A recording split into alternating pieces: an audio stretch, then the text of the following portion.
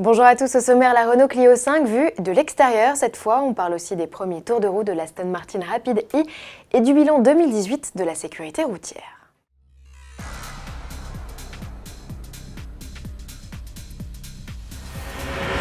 Les portes de l'habitacle de la nouvelle Clio se referment. Cette fois, Renault dévoile le look de la 5e génération de sa citadine.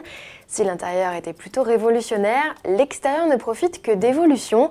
Le constructeur a pris le parti de conserver les gènes de la Clio 4 qui a profondément séduit les clients, explique-t-il, tout en apportant plus de modernité et d'élégance. Les traits sont plus marqués au niveau du capot, des ailes ou des bas de caisse. Les feux de jour en forme de C descendent sur le bouclier redessiné.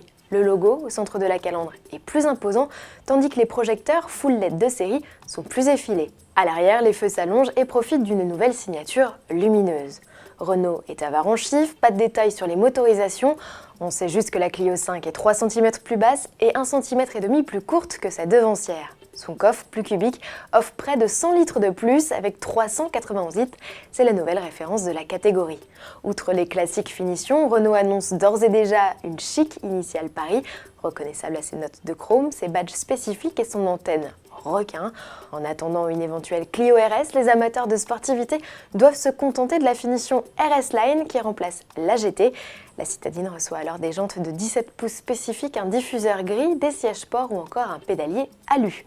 Plus de détails devraient suivre d'ici à sa présentation sur le Salon de Genève début mars. Sera-t-elle du voyage en Suisse? Elle, c'est la Rapide E, le premier modèle 100% électrique d'Aston Martin. Dérivé de la berline, la Rapide doit être lancée fin 2019. Le patron de la firme, Andy Palmer, a publié sur son compte Twitter une vidéo des premiers tours de roue d'un prototype. Sachez que seuls 155 exemplaires du modèle verront le jour.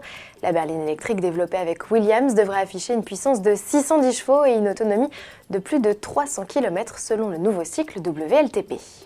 En 2018, 3259 personnes ont perdu la vie sur le réseau français métropolitain, selon le bilan provisoire de l'Observatoire national interministériel de la sécurité routière. C'est 189 de moins qu'en 2017. Si Édouard Philippe affirme qu'il n'y a jamais eu aussi peu de morts sur les routes françaises, attendons le printemps et la publication des résultats définitifs pour voir si cela se confirme. Pourquoi? Car en 2013, on faisait état de 3250 tués sur les routes en janvier, avant de revoir le bilan à la hausse à 3268 victimes. Si l'on ajoute les décès sur les routes des Outre-mer, le bilan provisoire 2018 fait état de 3503 morts contre 3427 en 2013. Le bilan est donc bon, mais n'en fait que la deuxième année la moins meurtrière de l'histoire. Le 80 km/h y est-il pour quelque chose? Selon le Premier ministre, oui, 116 vies ont été épargnées sur les routes secondaires depuis le 1er juillet 2018. Néanmoins, la mesure fait toujours autant débat et face à la grogne des gilets jaunes, l'exécutif pourrait confier aux régions le soin d'évaluer les limitations au cas par cas. Si Édouard Philippe juge désormais légitime de discuter, il estime néanmoins fou de baisser le niveau d'ambition. N'oubliez pas, participez au grand débat des automobilistes sur autoplus.fr et faites part de vos suggestions pour améliorer vos trajets au quotidien. À demain.